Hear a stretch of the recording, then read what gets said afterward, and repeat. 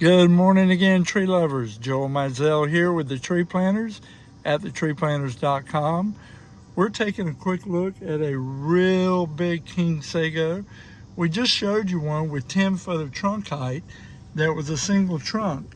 And now here we are with another king sago that has 4 trunks.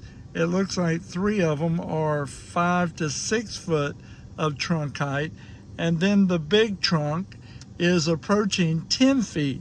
Now all of that tree is actually in one cluster.